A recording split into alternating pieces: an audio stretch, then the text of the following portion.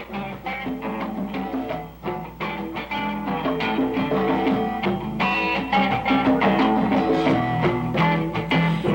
tuned for the Joan Quinn Profiles. As an editor for Andy Warhol's Interview, the Los Angeles Herald-Examiner, LA Style, and Detour magazines, Joan covered the social set, the Hollywood hotshots, the international art scene, the mysteries of food, the excitement of travel, and the fabulous world of fashion.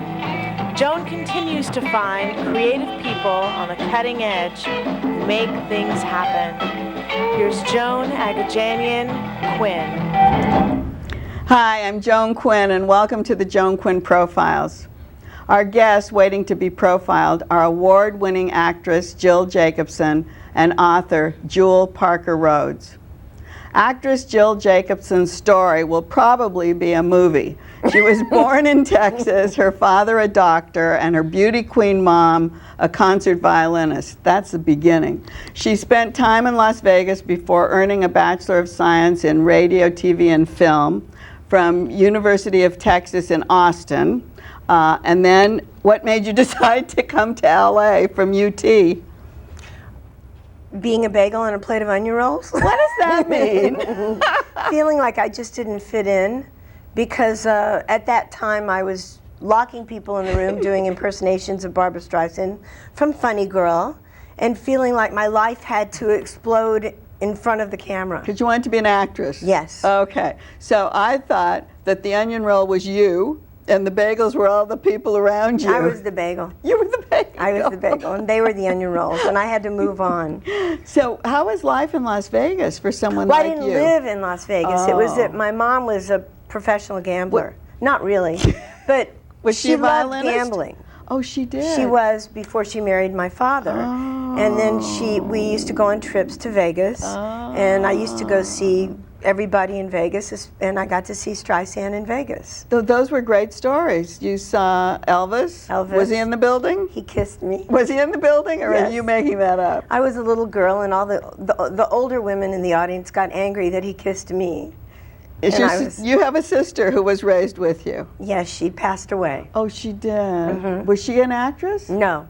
It was. So you were the only outspoken. Well, I inherited it from my mother, obviously. Was she? She was, and she was always very outspoken and beautiful, gorgeous. Oh, that's so nice. Yeah. You've been acting 25 years, though, and you, to me, are a sex symbol. Thank you, Joan. You were on Falcon Crest as a sex symbol, yes, right? I was. And what was your role there? I was evil. I put mealy moths in the vineyards.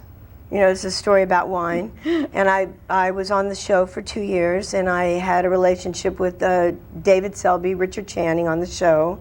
And I had a fake marriage to him on the show to see who would be on top. You know, we were very manipulative on that show. Who would be the leader of the... Who would be, I was a nemesis. So certainly to Jane Wyman. So did you like being on a series? Oh, yes. Are you kidding? Was it the best? Dream, total dream. Because some while people say no, it's too much, work, the same thing. Work is what we're here for, right? Exactly, I agree. That's what I want to do. But I was very lucky. I got to be on Falcon Crest and the new Gidget at the same time. Oh, you were that? Because you played a goofy person on Gidget, right? What was that? Gidget's best friend. And how did you change? On the new Gidget, not the old Gidget. How did you change your character from being like this sex symbol to some kind of... They would fly me to Napa Valley to shoot, or I'd go on the set in Studio City to shoot Falcon Crest. It was just day-to-day, moment-to-moment. I would be, in shooting at the beach for Gidget, and I would be LaRue. And then I'd go to the set. It was just, it was wonderful. Did they make you all different? I mean, were you totally made of different? Clothes. Only clothes? Just clothes. What about your face and your hair? Different makeup, different clothes. So it made the big difference. Yeah. And then that transformed your Well, acting. it's what I'm doing now. Yeah. It's exactly what I'm doing now. But you've always been doing that. Do you like stage? Do you like stage better than TV? I think stage is probably the hardest thing you could do, especially what I'm doing right now. 2 roles. Oh, I see what you're 2 saying. roles in Death of a Salesman, Arthur Miller's Death of a Salesman. I am going on next week as Linda Lohman. It's at the Odyssey Theater, right? Right. So tell us, so you change? I'm playing the woman that Willie Lohman has the affair with, and then next week I'm stepping into the role of Linda Lohman, Oh, his wife. So yeah. basically it's the Madonna whore. So how do you do that? But not necessarily a whore. I mean, she loves him. The woman loves Willie. So that's how you have to interpret it, to decide how you're going to have the passion to play it, right? Yeah, you gotta love him both ways. Both women do, right? Yes, they both love him. But Linda is a caretaker, and she's pinching pennies. The pennies he's spending on the woman. I know. Isn't that pathetic? Who's your director? Bob Collins. And does he tell you how you have to feel? He's wonderful. Or does he let you tell him how you're feeling? He sees what I'm bringing in, and he will give me a little adjustment here, a little adjustment there, everything you want in a director. And we've been getting rave reviews. Can you rework the words in any way? Arthur Miller? Look at her face. No, and Jewell is out there listening right now as an author. As an author, yeah. No. Oh, I just wondered, because sometimes you think the director does a little this or that. The playwright, Arthur Miller, Tennessee Williams, Clifford Odets, all these players, any good author is going to spend hours and hours over, should I put a "the" in there, an "and" in there, what do I do, what do I do? It's significant. Am I going to say rock, or am I going to say stone? We talked about this before. You know, But it's like it's relevant. It's all so relevant. You get into the writer's head and you say exactly the way they say it, and it makes sense. It all makes sense. You take the time and you focus. And then the director just sets the scene for you to make sure that you're making sense in that context. He watches. First of all, 95% of good directing is casting. That's what I think too. So it's trusting. It's true. trusting your cast, and it's watching and seeing what they're doing, and if you can tweak it, and if an actor is open enough, because I have directed, if an actor is open enough, they will receive it, and they will take the tweaking. But that's why you have that actor, because you know that you can work with them.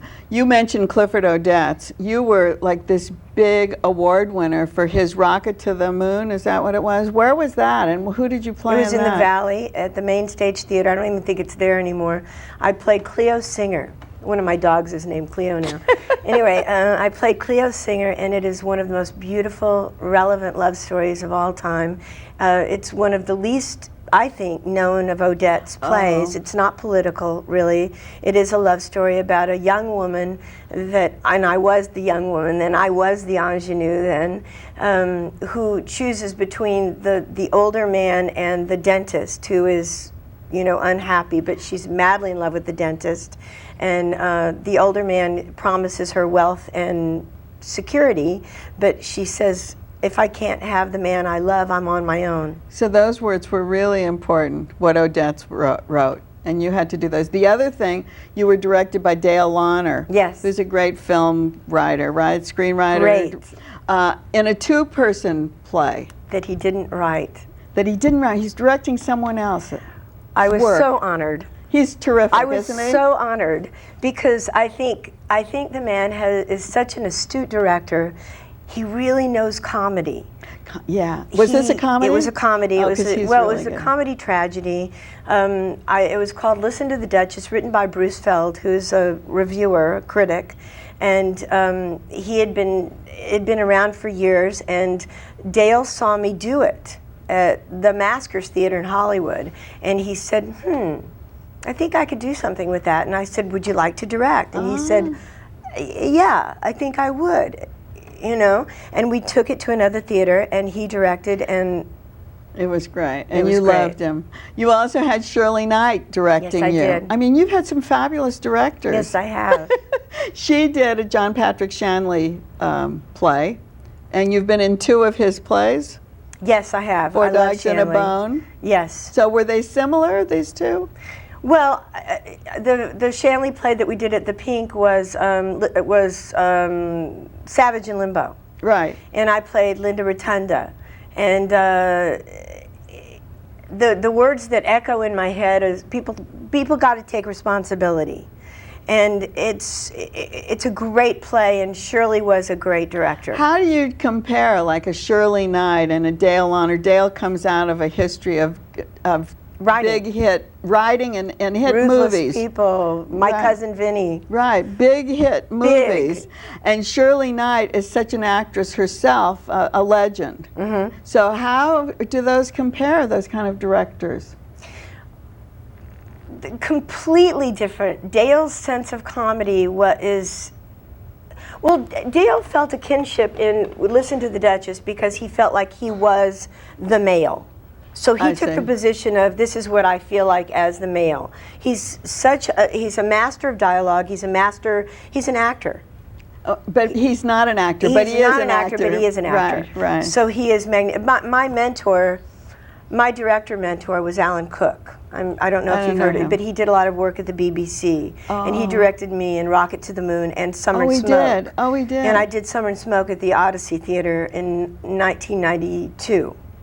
And Alan Cook playing Miss Alma. So he transformed me. And he's gone now. Are you still taking acting lessons? Yes. You are? Yes. Is it a never-ending thing? It's a never-ending thing, if you want to do it. And who do you find? Do you go to, were you with Peggy Fury when you came out? She was great. Did you know Bill? her? Yeah, I knew them. They were fabulous. And I think she must have been very important in your life because you mention her in your bio. She was terribly important in my life. Peggy worked from text.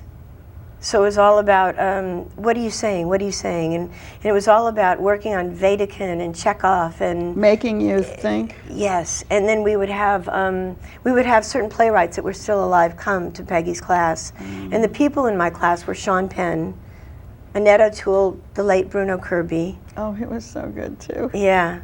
Oh. So she had great acting classes and they respected her. And her husband, Bill Traylor. Bill right? Traylor. Yeah.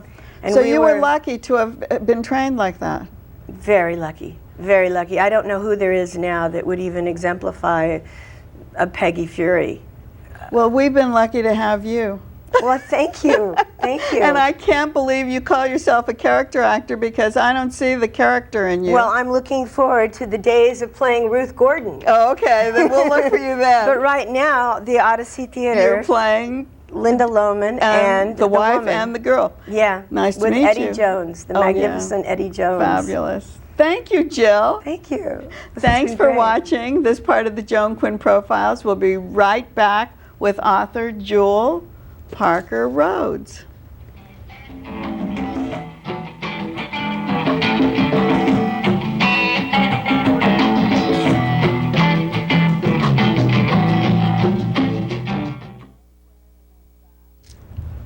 Hi, I'm Joan Quinn, and I'm back with author Jewell Parker Rhodes, who was born and raised in Pittsburgh, Pennsylvania by her grandmother. She didn't go far from her grandma's porch to attend Carnegie Mellon, where she majored in theater, then English, both at the same time, I think. And then she went on to earn a doctorate. She's the chair of the creative writing classes at Arizona State. And Jewell, you've written so much. You've written a lot of fiction leading up to this new book that you've written. How did the fiction work into Porch Stories, which is your new book? Well, Porch Stories is dear to my heart because it's about my grandmother. But if you go back and look at all my fiction, there's always a grandmother character. So in Voodoo Dreams, she was Grandmère. In Magic City, she was Mrs. Wright, the third grade teacher. So in some sense, grandmother, who gave me my profession of storytelling, appears in all my work. So it's natural that now it's her turn. I write about Grandma. I see. So tell us a little bit about Voodoo Dreams. Let's talk about the fiction the very first. first one. Well, Voodoo Dreams is about the voodoo queen Marie Laveau, who lived in the 19th century, the most powerful, most spiritual woman in New Orleans, and she also walked on water. Did Did you make her up? No, I did not. She really, really lived. And then you wrote the story about her? Yes, I did. And in fact, that book, they told me nobody will buy this book. It's been selling for 14 years. Is that right? Yes. It's about spirituality. It's about womanist spirituality, about the blending of voodoo, African-based faith with Christianity, and it's a real wild ride. So if you like passionate books, you should read Voodoo Dreams. And then everyone said, write a sequel, write a sequel. And I couldn't quite, get that together until now. And in fact, I'm writing a trilogy, a mystery trilogy, and it starts with Voodoo Season, that's also available. And that's about a Marie Laveau descendant who is a doctor at Charity Hospital in New Orleans. So that goes into the real medical profession. It does. And you want to hear something really funny? That goes. It opened, my book tour, book publishing party for Voodoo Season the day the levees broke in New Orleans. Oh my. And so now I'm writing Voodoo Jazz, and the third one we called Hurricane Levee Blues, and I'll be writing about Charity Hospital and what happened there. Did you go down there to research anything? Yes, I did, and I was just there in September, and it's so sad. It looks as though somebody took the city and like dumped out half the population. Can you imagine New Orleans at 10 o'clock at night, not too far from the quarter, being dead, empty? It was really distressing. So in some sense, this voodoo tradition is leading me over and over again back to New Orleans. This is reminding me, though, you talk about porch stories, which was an oral tradition of African American background, say, culture. Yes. But is Voodoo Dreams, or are these voodoo stories, or these stories that you're writing, the fiction, have you had people telling you those stories and you've put them in this book? I actually think my grandmother was a conjure woman because, see, in African-based traditions of spirituality, there's this belief that every goodbye ain't gone, that the dead are with you. So my grandmother knew the trick, the spell to call people back from the dead. My grandmother, I even once saw her talk to somebody on a telephone who was a dead relative. This is no this no was kidding. In your book. I read it. It's no serious. And I so did read it. And you went like, who was on the phone? Yes, who was on the phone? And grandmother says, oh, that was Aunt Hattie telling me to get ready because she's dying. So my grandmother had spirits, dreams. She believed in another universe, and so in some sense, she led me down my path. But then, besides all of that, you've written these historical novels. Yes, Are they actually novels based on historical people? Absolutely. So one was what? Magic City, which was about the 1921 Tulsa race riot. And that's a terrific book. And then Douglas's Women, which is another wild ride. And Douglas, the abolitionist, Frederick Douglass, who wrote the narrative of an ex-slave. Do you go through all of the people who were involved with him? Yes, and in that book, girl, I go through his wife, who was actually illiterate and actually helped him escape to freedom, which not many people know about, and his mistress of 30 years, who was a white German Jewish Christian woman, if you can imagine that. And the two of them would live together. And then how do you weave that story? Well, is some of it true? Some of it's true, but what I do, because I came from theater, is I imagine what would it have been like to have been the black wife of Frederick Douglass? What would have been like to have been the white mistress? And I channel it. So maybe that's that spirituality all over again. From your grandma. Yes, my grandma. I channel these characters. But grandmother was absolutely wonderful in that she came from the South and she just had all these tales. So one of the things was wear clean underwear. Don't let folks think you're trash. But I love that because, first of all, I love the size of the book. Isn't it beautiful? It's just beautiful. And I love that it has brown typeface and print instead of the usual thing. It's very soothing to pick it up. And the beginning of each chapter tells a little anecdote. Yes, absolutely. And so one of them was wear clean underwear. Yes. and also one of the ideas was also you never need an excuse for joy. Every day can be a block party day. And then the notion of signs are everywhere.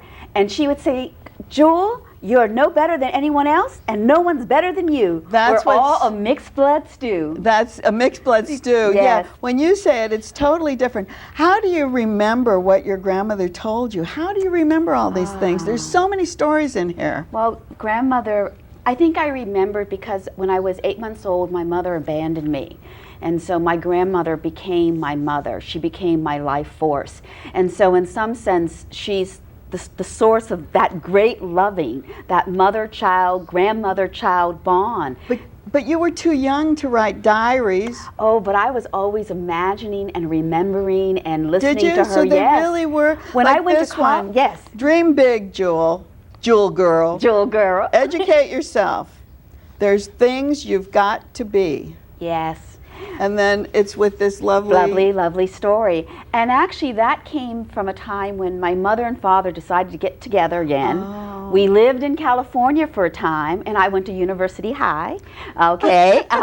Actually, it didn't work out, and I ended up graduating from high school early. I ended up being kicked out of my mother's home, my father's home, and I went back home to grandmother, and grandmother took me down to Mellon Bank, and there was a bank officer there, and she said, I want to get a loan so I can send my granddaughter to college. That's how you got to school? Yes, and I'm first generation college. And at grandmother at the bank, it was so funny because she said to the loan officer, you know, here's my granddaughter, and he kept saying, what's your collateral, you know? What's my collateral? And my grandmother said, me. I was going to say, she must have said that. Yes. But she took a loan out to get you. I mean, how far thinking was she? She was wonderful, and you know, I came back a hippie in Pittsburgh, and it was the cold of winter. So as soon as we got the money, we went around the corner to Learners, and I got me a nice winter coat. To Learners. Yes, no one remember knows Learners? what Learners is. But how did she have the motivation to go for the money, to get you in school, and how did you have the grades? When I was a little girl, they always called me the little professor. I just read and read and read. My grandmother never graduated from elementary school. I know. And so I think she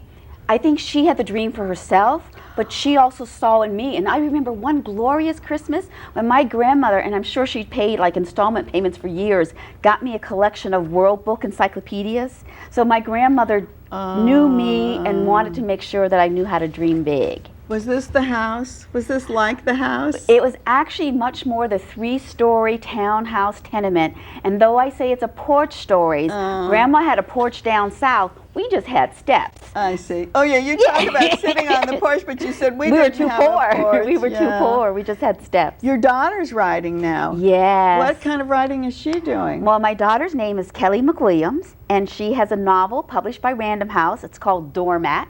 She published it when she was 16 years old. Doormat, porch stories. Yes. What are we going to get away from that? Well, my daughter was writing about a young woman coming into herself who is actually thinking that she wants to be a writer. And she was also Teen People's, one of the 20 teens who's going to change the world. Well, I'm proud of my daughter. You're so lucky. But so she must have been reading the same time you were writing. She must have had that interest. Absolutely. And when the children were growing up, we, you know, read to them. I bought books for babies before they were born. But you can't force them to do that. So it worked. It worked. But you know what? You know what's really neat, Joan? It came from my mother, too. My grandmother, in that sense that she started us all and changed the generations. She really did. And yet there she was with nothing, really, did she? She had nothing. You know, I can tell you something very sad. I always thought grandmother was very old. But I always thought she was very old. Was she? And in fact, she died the age that I am now, which is astonishing. You said in somewhere that I saw that she died really young. Was it like 55 or something? She died at 52, which is my age. I mean, that's like shocking, isn't it? Yes, yes. She had been worn out. I think... I was going to ask you about that because she did so much, and you look at her like this big mentor, like someone who'd lived for 100 years. Mm-hmm. And she didn't have that long a time. I think one of the things that I feel sorry about is that idea that she gave her life for kids after kids and kids having kids. But if she hadn't stopped and made a difference in my life, I wouldn't be who I am. And we broke the chain. And now there's my daughter and my son, and forever another line of generations that will live differently. They did break the chain. Yeah. That's what is so hard to do. Yeah. Yeah. And then when you started thinking about the stories that she told you, what did you draw on? Did you think about a certain dress you were wearing at the time, or what you were eating for dinner when you started telling these stories? Because they're all in that house. They are. Actually, it was the food. The grits, was it the food? The fried chicken, the chipped beef with gravy, and grandmother loved cooking for Thanksgiving, and she taught me how to cook. So it's really that sense of, you know, her nurturing us with food, nurturing us with love and warmth. that just triggers it. So that triggered like what to say, or what her little sayings were, or. Well, some of them I can never forget. For example, she'd say, "Do good and it'll fly right back to you." I've been living with that all my life. So I think, is that the golden rule? I yes, mean, she would just say certain things that she'd probably, was she a church-going woman? Yes, she was. She was a church-going woman. But she put them in different ways. And I think they were more Didn't she? effective. Yeah, they were more effective that way, because sometimes she'd say something and you go, what does that mean, you know? But later on, it would become clear. So she was just wonderful. Isn't that great that you would feel like that? Absolutely, absolutely. And so, what are you writing now? Well, now I'm writing Voodoo Jazz, which is the sequel to Voodoo Season. And so I'm still with the Voodoo Histories and back in New Orleans. And when you're teaching, what do you teach in creative writing? Well, I teach how to create characters. I do a specialty course on dialogue, because I think I'm very good at dialogue. And I also direct a creative writing center, and I'm taking a group of students to India and China. So you've won a lot of awards. Now that doesn't mean you can teach. So, right? Yes, it means you're a good writer, That's but true. it doesn't mean you can teach. What do you pull out of your students that some other teacher couldn't do? I think do it's you that think? I try to pull out of them to reach high, to be ambitious. That if you write within your competency, if you do anything within your competency, you're not going to grow and get better. So I try to inspire them to really try for the hard thing. Do what you think you can't do, because then once you do it, hey, you're empowered, you're stronger. Does that motivate them to do something? Yes. Do you have to push them to actually write that down? To have a bigger vision, yes. Yeah. And I think also I live that life too. All my books are things, every book I write, I think I'm not going to be able to finish it, or I'm not going to have the skills to do it. Right. So I have to learn and push and stretch myself. And what do you do? Do you open a piece of paper, or do you go to the computer? I go to the computer. Do you? Yes, and then you look at a screen and boom, it starts coming out? No, I'm much more tortured. But I have to feel it. Tortured? So I call it method writing. So I have to feel it. And so sometimes I just get a paragraph, sometimes I get more, but I work in the middle of the night when the family is asleep, and I just sort of do my frustrated acting and put it down on paper. So that's what we have to do. Yes. We have to look at it and not give up. Absolutely, and you have to never write anything that you're not passionate about. If you stop being passionate about anything, stop it. There's another story to be told. Go ahead and write the other story. So you won't have writer's block if you really, really need to write that story down. Well, we're glad you came and visited us. You came all the way from Arizona, right? Yes, I did. And thank you so much. Oh, thank you so much. And thank you for watching the Joan Quinn Profiles. Keep writing to 777 South Figueroa, 44th floor, Los Angeles 90017. We'll see you next time. Oh.